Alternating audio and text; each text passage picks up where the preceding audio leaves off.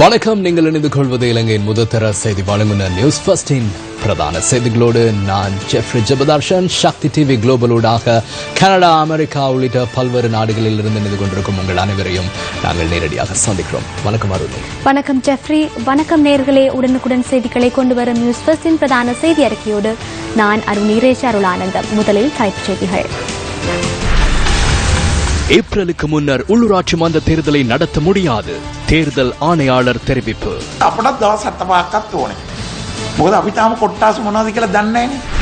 இயக்க குத்தகை அடிப்படையில் கணக்காய்வாளர் திணைக்களத்துக்கு வாகனங்கள். பாடசாலை மாணவர்களுக்கு போதைப் பொருள் விநியோகித்துள்ள முறை தொடர்பில் அமைச்சர் விளக்கம். ඊසි කෑෂ් ක්‍රමයට මුදල් ගනුදෙනු කරලා ආසාවෙන් මට්ටමින් අද මත්ද්‍රව්‍ය භයංකාරන්දමට ක්‍රියාත්මක වෙනවා. வடமாகாண சபை தொடர்பில் போக்குவரத்து அமைச்சர் கருத்து. කිරි ඉල්ලනවා, කිරි බෝතලේ දෙනවා, අර ටික්ටක් කටේ ගහනවා, නමුත් බොන්නේ නැහැ. தப்பலாவில தம்மரத்தன தேரர் எழுதிய நூலொன்று இன்று ஜனாதிபதி தலைமையில் வெளியிட்டு வைக்கப்பட்டது.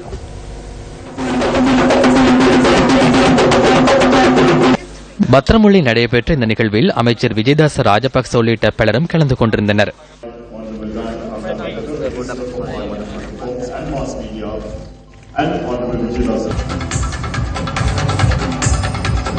සංකල්පය ක්‍රියාත්මක වීම සම්බන්ධයෙන් நல்லாட்சி கொள்கை தொடர்பில் ஜனாதிபதி, பிரதமர், அமைச்சர்கள் எந்தளவு தூரம் செயற்பட்டுள்ளார்கள் என்பது தொடர்பில் கவனம் செலுத்த வேண்டும்.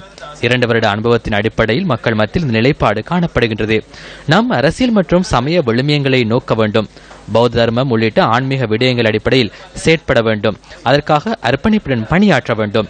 எமக்கு முடிந்த அளவு அதனை நிறைவேற்ற வேண்டும். அரசியல் கருத்து முதல்களுக்கு மத்தியிலும் அரசியல் கலாச்சாரத்துக்கு மத்தியிலும் அதனை நிறைவேற்றுவது சற்று கடினமானது. அது சவால் மிக்கது. இதற்கான சவால்கள் உள்ளிட்ட பின்புலத்தினை அவதானித்து முடிவான விடயங்களை நிறைவேற்ற வேண்டும்.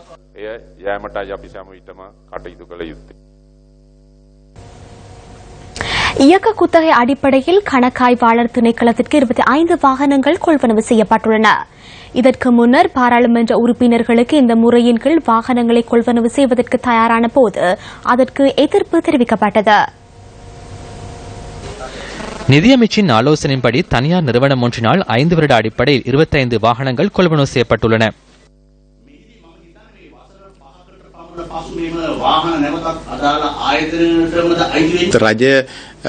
அரசாங்க கொள்கைக்கேற்ப இயக்க குத்தகை அடிப்படையில் வாகனங்களை கொள்வனவு செய்ய தீர்மானித்துள்ளோம். அதுவே அரசாங்கத்தின் கொள்கையாகும். இந்த காலம் முடிவடைந்தால் உண்மையில் அந்த வாகனங்கள் அந்த நிறுவனங்களுக்கு சொந்தமாகின்றன. பின்னர் ஒப்பந்தம் செய்து மீண்டும் 5 வருடங்களுக்கு செல்ல வேண்டும்.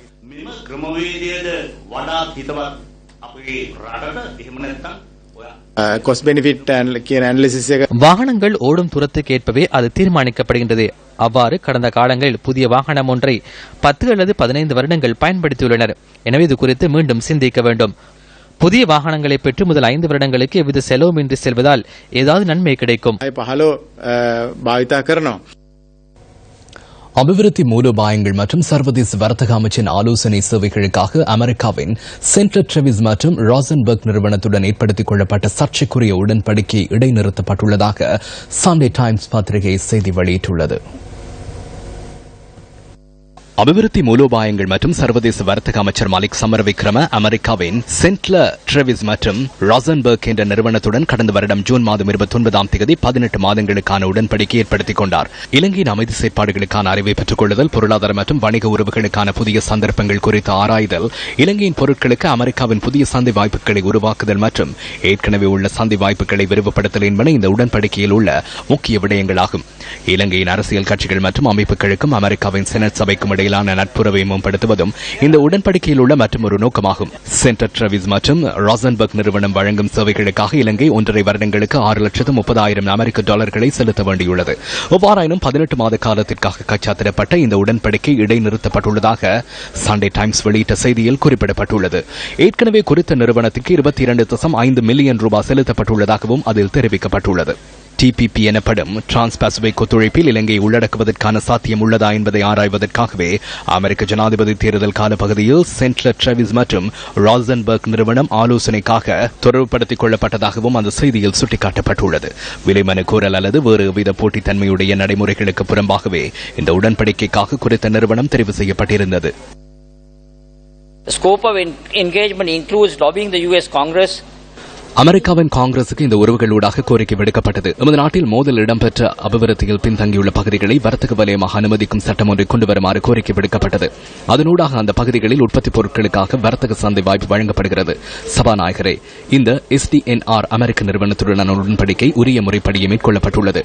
அதன் பிரேரணைகள் அமெரிக்காவின் வாஷிங்டனில் உள்ள இலங்கை தூதரகத்தினால் மதிப்பீடு செய்யப்பட்டுள்ளதுடன் அதற்கான சிபார்சுகளும் அவர்களிடமிருந்து பெறப்பட்டுள்ளன. அவர்களுடன் உடன்படிக்கைக்கு செல்வதற்கு 2016 ஆண்டு மே மாதம் 25 பொருளாதார முகாமைத்துவம் தொடர்பில் அமைச்சரவை உபக்குழு அனுமதி வழங்கியுள்ளது. அதன் பின்னர் 2016 ஜூன் 14 இதற்கு அமைச்சரவையின் அனுமதி கிடைத்தது. ஜனாதிபதி தேர்தலுக்கு தயாராகும் சந்தர்ப்பத்தில் இத்தகைய உடன்படிக்கை ஒன்றை ஏற்படுத்திக் கொள்வதால் ஏற்படுகின்ற பாதிப்புகளை நியூஸ் ஃபர்ஸ்ட் ஏற்கனவே பல்வேறு சந்தர்ப்பங்களில் சுட்டிக்காட்டியிருந்தது. TPP எனப்படும் டிரான்ஸ் பசிபிக் ஒத்துழைப்பை ரத்து செய்வதாக அமெரிக்காவின் ஜனாதிபதியாக தெரிவு செய்யப்பட்டுள்ள டொனால்டு டிரம்ப் தேர்தல் பிரசாரத்தின் போது கூறியிருந்தார். பட்டிப்பொங்கல் தினத்தில் அரசாங்கத்தின் தேசிய பொங்கல் விழா ஏற்பாடு செய்யப்பட்டமை தொடர்பில் பல்வேறு தரப்பினரும் அதிருப்தி தெரிவிக்கின்றனர். இந்த தேசிய தைப்பொங்கல் விழாவானது தைப்பொங்கல் திருநாள் அன்றே நடாத்தப்படுவது மிக சிறப்பாக அமைவரும் என்பது அனைவருடைய ஒரு விருப்பமாக இருக்கின்றது. நாங்கள் குறிப்பிட்ட தினத்திலே எல்லோருமாக சேர்ந்து மகிழ்கின்ற வகையிலே அன்றைய தினமே கொண்டாடுவதுதான் சால பொருத்தமாகவும் அமையும் என நான் எண்ணுகின்றேன். ஏனென்றால் இன்று பிறந்த நாள் என்று சொன்னால் அதை நாளைய தினம் கொண்டாட முடியாது. சைவத் தமிழ் மக்களுடைய, இன்னும் சொல்லப்போனால் தமிழர்களை அடையாளப்படுத்துகின்ற ஒரு கலாச்சார விழாவாக அமைவது தைப்பொங்கல். இந்த தேசிய பொங்கல் விழாவானது பட்டிப்பொங்கல் தினத்திலன்று கொண்டாடப்படுவது கூடியவரையிலே பொருத்தப்பாடு இல்லாமல் தான் இருக்கின்றது நான் எண்ணுகின்றேன். இந்த பட்டிப்பொங்கல் என்பது எங்களுடைய வாழ்க்கைக்கு உதவுகின்ற ஜீவராசிகளிலே முதன்மையான பசுவினை, இடபத்தினை போற்றி நன்றி பாராட்டுகின்ற ஒரு நிகழ்வாகும். இந்த சமயத்திலே நாங்கள் நேற்றைய தினம் தைப்பொங்கலை கொண்டாட வேண்டிய விழாவினை இன்றைய தினம் கொண்டாடுவது என்பது அவ்வளவு பொருத்தப்பாடாக அமைவுறாது என்று நான் எண்ணுகின்றேன். தைப்பொங்கல் திருநாளாகிய சூரிய பகவானுக்கு நன்றி செலுத்துகின்ற ஒரு உன்னதகரமான நாளாக அமைகின்றது. சூரிய பகவான் மகர ராசிக்கு வருகின்ற நாளாக இந்த நாளை கணிக்கப்படுகின்றது. மறுநாளாகிய பட்டிப்பொங்கலிலே நுவரெலியாவில் பிரதமர் அவர்கள் கலந்து கொண்ட நிகழ்வு பட்டிப்பொங்கலுக்குரிய நாளாக கருதப்படுகின்றது. மாட்டுப்பொங்கல் அந்த தினத்திலே இவ்வாறு தைப்பொங்கலை கொண்டாடியது மிகவும் தவறான விடயமாக நாங்கள் கருதுகின்றோம். மனம் வேதனை அடைகின்றோம். எங்களுடைய தமிழர்களுடைய முந்தைய நாள் தினமான பொங்கல் தினத்தை நேற்றைய தினமாக கொண்டாடி இருக்கின்றார்கள். இந்த நாட்டினுடைய பிரதமர் அவர்கள் நுவரெலியா மாவட்டத்திலே பிரதமர்கள் மாட்டுப் பொங்கலிலே பங்கு பெற்று பொங்கல் தினமாக கொண்டாடி இருக்கிறார்கள். எங்களுடைய கலாச்சாரங்கள், எங்களுடைய கலாச்சாரங்களுக்குரிய நிகழ்வு நாளிலே கூட மதுசாலைகள் திறப்பதற்கு அனுமதி அளிக்கப்பட்டிருக்கிறது. இந்த நாட்டினுடைய நல்லாட்சியை நடத்தி கொண்டிருக்கிற அரசாங்கம் இதை புரிந்து கொள்ள வேண்டும். வவுனியா மத்திய பஸ் தரிப்பு நிலையம் இன்று போக்குவரத்து அமைச்சர் நிமால் ஸ்ரீபாலடி சில்வா தலைமையில் திறந்து வைக்கப்பட்டது. 195 மில்லியன் ரூபாய் செலவில் இந்த பஸ் நிலையம் அமைக்கப்பட்டுள்ளது. பஸ் நிலையத்தை திறந்து வைக்கும் நிகழ்வில் அமைச்சர்கள், வடமாகாண சபை உறுப்பினர்கள் உள்ளிட்ட பலரும் கலந்து கொண்டிருந்தனர். விசேஷයෙන්ම මම එක්තරා අඩුපාඩුවක් දකිනවා උතුරු පළාත් සභාව. குறிப்பாக நான் வடமாகாண சபையின் ஒரு குறையை காண்கின்றேன். உங்களுக்கு அதிகாரம் போதாது என்று தொடர்ந்தும் நீங்கள் கூறுகின்றீர்கள். அது நியாயமானது. ஆனால் வழங்கிய அதிகாரங்களையாவது நீங்கள் உரிய முறையில் பயன்படுத்தவில்லை. ஜனாதிபதி தலைமையிலான எமது அரசாங்கம் ராணுவம் பயன்படுத்திய பெருமளவிலான காணிகளை விடுவித்துள்ளது. விடுவித்த காணிகளில் உரிய பலனை பெற்றுக் கொள்வதற்காக நீங்கள் செயற்பட்டுள்ளீர்களா? 20,000 வீடுகள் அமைப்பதற்காக ஒரு வீட்டுக்கு தலா 2 மில்லியன் என்ற அடிப்படையில் நிதி ஒதுக்கப்பட்டுள்ளது. அவ்வாறு ஒதுக்கி 1.5 வருடங்களாகின்றன. இது எமக்கு பாரிய பிரச்சனையாகும். நீங்கள் பாலை கேட்கின்றீர்கள், நாங்கள் பால் போத்தலை வழங்குகின்றோம். சூப்பியையும் வாயில் வைக்கின்றீர்கள், எனினும் நீங்கள் பாலை குடிப்பதில்லை. உங்கள் கட்சிக்குள் உள்ள பிரச்சனைகளை நீங்கள் தீர்த்துக் கொள்ளுங்கள்.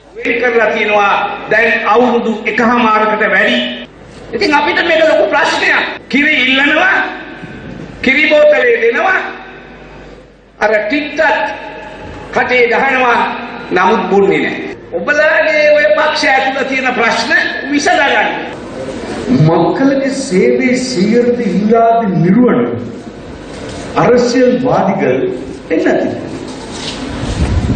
தேவையில்லை, அர்த்தம் இல்லை. இப்ப நீங்க சண்டை பிடிக்கிறது மக்களுடைய சேவை செய்யறதுக்கா? இல்லை, உங்களோட லாபம் மிக மிக எடுக்கிறதுக்கு தான் எல்லாம் கரைச்சல் பண்ணுங்க. இப்ப மத்திய அரசாங்கம் வடமாகாண சபையும் ஒன்றாக சேர்ந்து தனிப்பட்ட வண்டி சொந்தர்களும் மத்திய அரசாங்க பஸ் நிறுவனம் ஒன்றாக சேர்ந்து மக்களுக்கு சேவை செய்யறதுக்கு சட்டம் இல்லாம இருக்குது. இப்ப சட்டம் வந்து இருக்கிறது. 2008ஆம் ஆண்டு இந்த இவ்வாறான ஒரு தனியான ஒரு பஸ் ஸ்டாண்ட் எங்களுக்கு தேவை என்று பல முயற்சிகளை நாங்கள் கடந்த காலங்களிலே அன்றிலிருந்து எடுத்தோம். ஆனால் நீண்ட காலங்களுக்கு பிறகு இன்று திறந்து வைக்கக்கூடிய ஒரு வாய்ப்பு கிடைத்திருக்கிறது. 2 வருடங்களுக்கு முன்னர் எங்கே அமைப்பது என்று பிரச்சனை வந்த பொழுது அன்று மாவட்ட அபிவிருத்தி குழு தலைவராக நான் இருந்தேன். என்னோடு இணைத் தலைவராக ஆளுநர் ஜெனரல் சந்திரசிறி அவர்கள் இருந்தார்கள். 2 பேருமாகத்தான் இருந்தோம். எனவே இதுதான் இருப்பதற்குள்ளே ஒரு சூட்டபிளான இடம் என்று அடையாளப்படுத்தப்பட்டதனால் பல தடைகள் வந்தாலும் தைரியமாக நாங்கள் முடிவெடுத்து இந்த இடத்தை ஒதுக்கீடு செய்து கொடுத்தோம். அனைவரையும் இந்த விதமான பாகுபாடுகள் இல்லாமல் ஒரு மிகவும் திறமையான முறையில் இந்த அமைச்சை வழிநடத்துகிறார் என்பதால் நல்லாட்சியில் எவ்வளவு அதாவது சென்ற அரசாங்க ஒப்பிடும்போது தற்போது எவ்வளவு பாகிஸ்தான் முன்னேற்றம் ஏற்பட்டிருக்கிறது. அதாவது சுதந்திரம் தன்மை. ஆகவே இன்று வடமாகாணத்தின் பல பிரதான வீதிகளிலும் இலங்கை போக்குவரத்து சபையின் பேருந்துகளும் எமது தனியார் துறை பேருந்துகளும் சமாந்தரமாக போட்டிக்கு ஓடுகின்றார்கள். நான் நேரடியாக சில நடவடிக்கைகள் எடுத்திருக்கின்றேன். இனிமேலும் ஒரு இலகு தன்மையை கடைபிடிக்க முடியாது என்பதை இந்த சந்தர்ப்பத்தில் தெரிவித்து நிற்கின்றோம். இலங்கை போக்குவரத்து சபையினரும் தனியார் துறையினரும் இதே இடத்திலிருந்து தங்கள் சேவையை ஆரம்பிக்க வேண்டும். மிக விரைவாக இணைந்த நேர அட்டவணை அமல்படுத்துவதற்கு தயாராக இருக்கின்றேன். சில கோரிக்கைகளை முன்வைத்து இன்று நாட்டின் சில பகுதிகளில் ஆர்ப்பாட்டங்கள் இடம்பெற்றன. கிளிநொச்சி சிவநகர் அரசினர் தமிழ்கலவன் பாடசாலை மாணவர்களும் பெற்றோர்களும் இன்று காலை ஆர்ப்பாட்டத்தில் ஈடுபட்டனர். பாடசாலையில் நிலவும் ஆசிரியர் பற்றாக்குறையை நிவர்த்தி செய்யுமாறு வலியுறுத்தி இந்த ஆர்ப்பாட்டம் முன்னெடுக்கப்பட்டது. சிவநகர் அரசினர் தமிழ்கலவன் பாடசாலையின் பிரதான நுழைவாயிலை மறித்து இந்த ஆர்ப்பாட்டம் நடாத்தப்பட்டது. முன்னேற்றமான நிகழ்வுகள் இங்க நடந்து கொண்டிருக்குது. அதை மழுங்கடிக்கிறதுக்கான செயல்பாடுகள் நடக்கிற மாதிரி எங்களுக்கு விளங்குது. அந்த வகையில் இப்ப தற்சமயம் எங்களுக்கு 3 பாடத்துக்குமான ஆசிரியர்கள் இந்த முறை இடமாற்றம் செய்யப்பட்டிருக்கணும். ஆனால் இன்னும் இப்ப பாடசாலை துவங்கி 15 நாட்கள் ஆகிட்டது, இன்னும் போட இல்லை. ஆனால் இடமாற்றம் வழங்கப்பட்டுள்ள ஆசிரியர்களுக்கு இதுவரை பதிலீடு செய்யப்படாத நிலையில் அதிபருக்கும் இடமாற்றம் வழங்க நடவடிக்கை எடுக்கப்பட்டுள்ளதாக ஆர்ப்பாட்டத்தில் ஈடுபட்டவர்கள் குறிப்பிட்டனர். கிழக்கு பல்கலைக்கழக மாணவர்கள் பல்வேறு கோரிக்கைகளை முன்வைத்து இன்று ஆர்ப்பாட்டத்தில் ஈடுபட்டனர். கிழக்கு பல்கலைக்கழகத்தின் வந்தாறுமூலை விடுதி வளாகத்திலிருந்து பல்கலைக்கழக நிர்வாக கட்டடம் வரை பேரணியாக சென்ற மாணவர்கள் அங்கு ஆர்ப்பாட்டத்தில் ஈடுபட்டதாக எமது பிராந்திய செய்தியாளர் தெரிவித்தார். விடுதி வசதிகள் உள்ளிட்ட பல்வேறு கோரிக்கைகளை மாணவர்கள் இதன்போது முன்வைத்திருந்தனர். நாங்க வச்சிருந்தது போலீஸ் ஸ்டேஷன் ஒன்று ரிமூவ் பண்ணணும், CCTV camera, hostel second year third year hostel பிரச்சனை, மகாபலம் சரி ரிசல்ட்ஸ் பிரச்சனை. ஆனா இது சம்பந்தமான எந்த ஒரு பதிலும் எங்களுக்கு வந்து சேரல. மாலம்பே தனியார் மருத்துவக் கல்லூரி அமைப்பதற்கு எதிர்ப்பு தெரிவித்தும் இன்று யாழ் பல்கலைக்கழக மருத்துவ பீட மாணவர்கள் வகுப்பு பகிஷ்கரிப்பு மற்றும் கவனஈர்ப்பு போராட்டத்தில் ஈடுபட்டனர். தங்களால் முன்வைக்கப்பட்டுள்ள கோரிக்கைகளை அரசு பரிசீலனை செய்து சாதகமான முடிவினை எடுக்க வேண்டும் என போராட்டத்தில் ஈடுபட்ட மாணவர்கள் தெரிவித்தனர். தாம் முன்வைத்துள்ள அடிப்படையான கோரிக்கைகள் நிறைவேற்றப்படும் வரை போராட்டம் தொடர்ச்சியாக முன்னெடுக்கப்பட உள்ளதாக மாணவர்கள் தெரிவித்தனர்.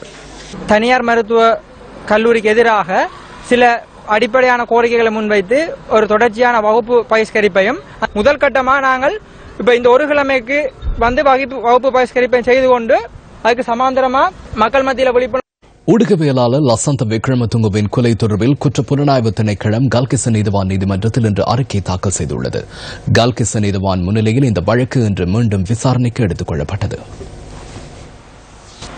இந்த கொலை வழக்கின் தடயப் பொருளாக கைப்பற்றப்பட்ட சிம் அட்டை புறக்கோட்டையில் உள்ள வர்த்தக நிலையம் ஒன்றில் கொள்வனவு செய்யப்பட்டிருந்தமை தெரியவந்துள்ளதாக குற்றப்புலனாய்வு திணைக்களம் அறிவித்துள்ளது.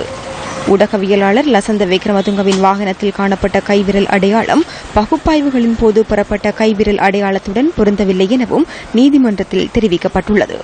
சிலரது கையெழுத்துக்களை ஆய்வுக்கு உட்படுத்துவதற்கான அனுமதியை வழங்குமாறும் குற்றப்புலனாய்வு திணைக்களம் நீதிமன்றத்தில் இன்று வேண்டுகோள் விடுத்துள்ளது.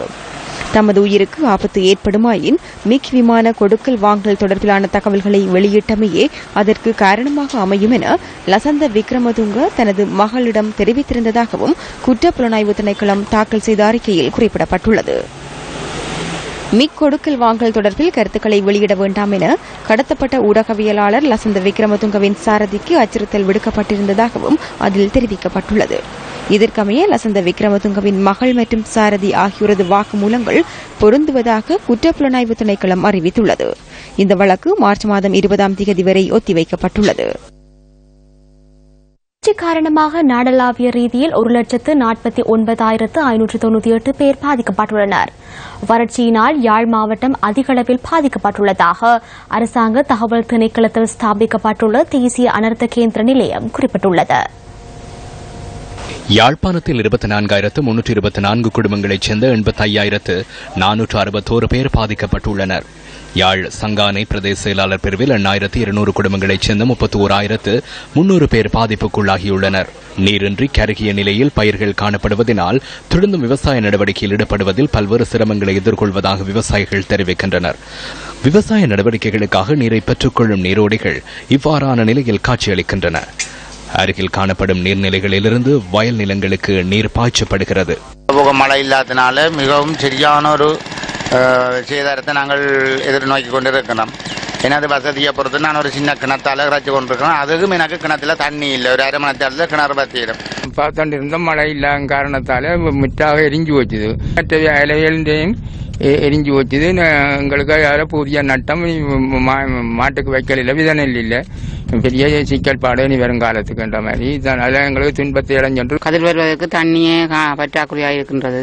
நின்று வயல் விளைய வேண்டிய நேரத்தில் எங்களுக்கு நெல்லே கதிர் வராத நிலைமையில இருக்கு. தரணி, தனங்கிழப்பு, கெருடாவில் மற்றும் மாந்துவில் போன்ற பகுதிகளில் காணப்படும் நெற்பயிர், சிறுதானிய பயிர்களின் தற்போதைய நிலையே இது. கிணறுகளில் குளங்களின் நீர்மட்டம் மிகவும் வெகுவாக குறைவடைந்துள்ளமையினால் பல மைல் தூரம் நடந்து சென்று நீரை பெற்றுக்கொள்ள வேண்டிய துர்ப்பாக்கிய நிலைக்கு இவர்கள் தள்ளப்பட்டுள்ளனர்.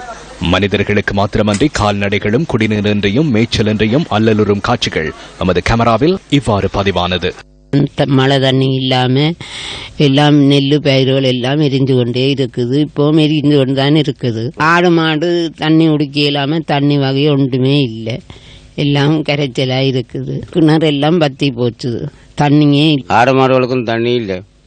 வயல் எல்லாம் எரிஞ்சு எல்லாம் கறி. மக்கள் சக்தி இல்லங்கள் தோறும் திட்டத்தின் 2ஆம் கட்டம் கிளிநொச்சியில் இன்று முன்னெடுக்கப்பட்டது. கிளிநொச்சி கரைச்சி பிரதேச சபைக்கு உட்பட்ட ஸ்கந்தபுரம் மேற்கு மற்றும் விநாயகபுரம் குடியிருப்பு பகுதிகளுக்கு சென்ற மக்கள் சக்தி குழுவினர் மக்களின் பிரச்சினைகளை பதிவு செய்து கொண்டனர். இந்த பகுதிகளில் நிலத்தடி நீரில் சுண்ணாம்பு படிமங்கள் காணப்படுவதால் குடிநீருக்காக தாம் அல்லல் படுவதாக மக்கள் தெரிவித்தனர். குடிநீரை பெற்றுக் கொள்வதற்கு சுமார் 3 கிலோமீட்டர் தூரம் செல்ல வேண்டியிருப்பதாகவும் அவர்கள் தெரிவித்தனர். தண்ணி இப்ப பாருங்களேன், தண்ணி இந்த கிணத்துல எல்லாம் இப்ப எல்லா இடமும் கிணறு இருக்கு. ஆனா ஒவ்வொரு நீரும் அது தான் 4 ரோடு இருக்கு. 4 ரோட்டும் கிடங்கும் பள்ளம் தான். இப்ப நல்ல மழை பெய்ய மாட்டா நெஞ்சு மட்டும் தண்ணி ஓடும்.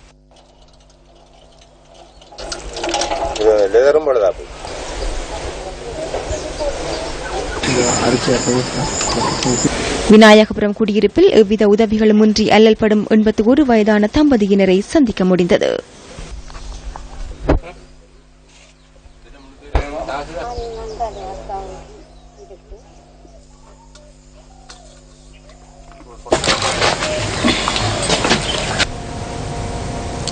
எல்லை நிர்ணய மேன்முறையீட்டு குழுவின் அறிக்கை நாளை விடயத்திற்கு பொறுப்பான அமைச்சரிடம் கையளிக்கப்பட உள்ளதாக குழுவின் தலைவர் அசோக் பீரிஸ் தெரிவித்துள்ளார்.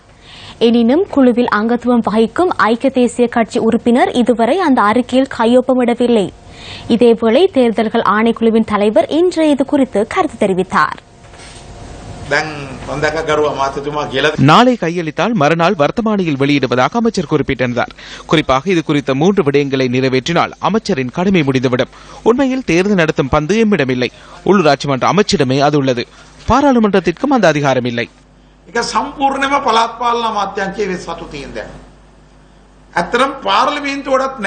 மேன்முறையீட்டு அறிக்கையில் அனைவரும் கையொப்பம் இடவில்லை என்று அந்த அறிக்கை ஏற்றுக்கொள்ளப்படவில்லையே. அசோக பீரிஸ் குழு தேர்தல் ஆணைக்குழுவினால் நியமிக்கப்பட்டிருந்தால் கையொப்பம் இடாதவருக்கு மாற்று அறிக்கை ஒன்றை வழங்குமாறு கூறியிருப்போம். எதிரணியினர் பந்தை வைத்துக் கொண்டிருக்கும் போது எம்மால் என்ன செய்ய முடியும்? ரக்பி போட்டியொன்றின் போது ஏன் ஒரு பந்துக்கு அனைவரும் சண்டையிட வேண்டும் என்று கூறி செல்வந்தர் ஒருவர் 30 பந்துகளை வழங்கினாராம். அவ்வாறு செய்ய முடியாதல்லவா? அதிகாரம் நமக்கு கிடைத்த பின்னர் என்ன நடைபெறும் என்பதை உங்களால் கண்டுகொள்ள முடியும்.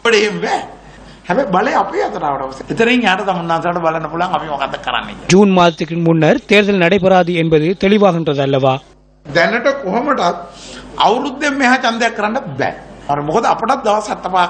சித்திரை புத்தாண்டுக்கு முன்னர் தேர்தல் நடத்த முடியாது. ஏனென்றால் எமக்கு 75 நாட்கள் தேவை. தொகுதிகளின் பெயர் கூட எமக்கு தெரியாது. ஒரு வருடத்திற்கான உள்ளூராட்சி மன்ற தேர்தல் அல்ல, 5 வருடங்கள் அவர்கள் அதிகாரத்தில் இருப்பார்கள். මගේ හිතේ අගෝස්තු මාසයේ විතර තිබ්බේ ඡන්දේ. එතකොට මේ කාල සීමාවනකොට මේකත් තියන්න ඕනේ. உள்ளூராட்சி மன்ற தேர்தலை நடத்துவது தொடர்பில் அமைச்சர் ஃபைசர் முஸ்தபா கருத்து வெளியிட்டார். ඒ වාර්තාව මට ලැබුණු ගමන්ම அறிக்கை கிடைத்தவுடன் அதனை வர்த்தமானியில் வெளியிட நடவடிக்கை எடுப்பேன். அனைத்து உள்ளூராட்சி மன்றங்களையும் நிறுவனமயமாக்க வேண்டும். அனைத்து கட்சிகளின் தலைவர்களுக்கும் பிரதமருக்கும் இடையில் கூட்டம் இடம்பெற்றது. இந்த சட்டமூலத்தினால் பாதிப்பான நிலை ஏற்படும் என சில கட்சிகள் சுட்டிக்காட்டியிருந்தன. அது தொடர்பில் விரைவில் சீர்திருத்தங்களை மேற்கொண்டு தேர்தலுக்கு செல்ல உள்ளோம் என்பதை பொறுப்புடன் தெரிவித்துக் கொள்கிறேன். எனது செயற்பாடுகளை முன்னெடுக்கிறேன். தேர்தல் தினத்தினை நிர்ணயிப்பது தேர்தல்கள் திணைக்களத்தின் தலைவரே. புது வருடத்திற்கு முன்னர் நடத்த முடியாது என தெரிவித்தால் அவரது செயற்பாடுகளுக்கு அமைய தேர்தலை நடத்துவதற்கான நாளினை அவர் அறிவிப்பார். එතුමාගේ කර්තව්‍ය අනුව එතුමා දින නියම කරයි කියලා මම විශ්වාස කරනවා. மட்டக்களப்பு பட்டிருப்பில் நிர்மாணிக்கப்பட்ட தெற்கு வலய உதவி விவசாய பணிப்பாளர் காரியாலய திறப்பு விழா இன்று நடைபெற்றது. இந்த நிகழ்வில் கிழக்கு மாகாண விவசாய அமைச்சர் கீனா துரைராஜசிங்கம், அரசியல்வாதிகள் உள்ளிட்ட பலரும் கலந்து கொண்டிருந்தனர். அம்மா போனா சின்னம்மா, இப்பொழுது இருக்கின்ற தலைமைத்துவம் பொருந்தாது, இன்னொரு தலைமைத்துவம் வேண்டும் என்று வெளிக்கிட்டிருக்கின்றார்கள் எங்களுடைய உடன்பிறப்புகள், எங்களுடைய வாங்கியுள்ள நண்பர்கள், தோழர்கள். விளையாட வேண்டாம். இது மிகவும் பொறுப்போடு செய்யப்படுகின்ற விடயம். மக்கள் தமிழ் தேசிய கூட்டமைப்புக்கு ஆணை தந்திருக்கிறார்கள். அந்த ஆணையை நாங்கள் சரிவரை செய்வதற்காக முயற்சித்துக் கொண்டிருக்கிறோம். இந்த முயற்சி சற்று எட்டி போகலாம். வெறுமனே இதிலே நாங்கள் உடனடியாக நம்பிக்கை இழக்க வேண்டிய அவசியம் இல்லை. சர்வதேச சமூகத்துக்கு அவர்கள் பதில் சொல்ல வேண்டும். எங்களுக்கு அளித்த வாக்குறுதிகளுக்கு அவர்கள் பதில் சொல்ல வேண்டும். அகிம்சையிலே நின்று பார்த்தோம், எங்களுக்கு முடியவில்லை. நமக்கு ஒரு ஆட்சி முறை வேண்டும். சர்வதேசத்திலே மதிப்புகளை வைத்திருக்கின்ற அம்மா, ஆணை பெற்றிருக்கின்ற அம்மா, சிவிலமைப்பு உருவத்தோடு அதற்கு மேலே ஏதோ ஒன்று சொல்ல முனைகின்றார்கள். இதிலே விழிப்பாக இருங்கள். ஏறாவூர் பற்று பிரதேச செயலக பிரிவுகளில் உள்ள காணி பிரச்சினைக்கு தீர்வு வழங்கும் வகையிலான நடமாடும் சேவை ஒன்று செங்கலடி பிரதேச செயலகத்தில் இன்று இடம்பெற்றது. கிழக்கு மாகாண காணி அமைச்சினால் இந்த நிகழ்வுக்கு ஏற்பாடு செய்யப்பட்டிருந்தது. நீண்ட காலமாக குறித்த பகுதிகளில் நிலவிய காணி பிரச்சினைக்கு தீர்வு காணும் நோக்கில் இந்த நடமாடும் சேவை ஏற்பாடு செய்யப்பட்டிருந்தது. கிழக்கு மாகாண முதலமைச்சர் நசீத் அகமது உள்ளிட்ட பலர் கலந்து கொண்டிருந்தனர். ஒட்டுமொத்தமா வர சொல்லிட்டு ஒரு சரியான ஒரு ஆவணம் இல்லாம ஒரு வெள்ளை பேப்பர்ல ஒரு சின்ன நம்பர் எழுதி தராங்க. அதுல உத்தியோகபூர்வமான ஒரு பிராங்கோ அல்லது ஒரு சிக்னேச்சரோ இல்ல. நாங்க எந்த அளவு ஒரு நம்பிக்கையான ஆவணமா நாங்க எடுத்துக்கொள்றேன்னு தெரியல. வயது போன தாய்மார்கள் எல்லாம் வந்து கஷ்டப்படுறாங்க. வெயில், ஒழுங்கான ஒரு மேனேஜ்மெண்ட் இல்ல. முல்லைத்தீவு தண்டுவான் அரசினர் கலவன் பாடசாலையில் நிர்மாணிக்கப்பட்டுள்ள புதிய கட்டடங்கள் இன்று திறந்து வைக்கப்பட்டது. தமிழ் தேசிய கூட்டமைப்பின் பாராளுமன்ற உறுப்பினர் சிவமோகன் பிரதம அதிதியாக கலந்து கொண்டிருந்தார். உண்மையில் ஜனாதிபதி ஒரு கருத்தை தெரிவித்திருந்தார். வேலை வாய்ப்பு இல்லை என்பது இல்லை, வேலை வாய்ப்புக்கு தகுதியானவர்கள் இல்லை என்பதுதான் எங்களது பிரச்சனை. 100% உண்மை. எங்களது எண்ணங்கள் எப்படி இருக்கின்றது என்றால் அரசாங்க உத்தியோகம் வேணும். ஏன் அவர்கள் அதை விரும்புகிறார்கள் என்றால் பென்ஷன் கிடைக்கும். 55 வயதுக்கு பிறகு சீவிக்கோணும் என்றதுக்காக 55 வயது மட்டும் அநியாயமா காலத்தை போக்காட்டுறாங்கன்றதான் என்னுடைய உள்ள வளத்தை வைத்து மெல்ல மெல்ல முன்னேறி வெளியே வரவும். அந்த தகவலுடன் நியூஸ் பிளஸ் இரவு 8 மணி பிரதான செய்தி அறிக்கை நிறைவடைகின்றது. நமது அடுத்த பிரதான செய்தி அறிக்கை இரவு 10:45 இடம்பெறும். வணக்கம். வணக்கம்.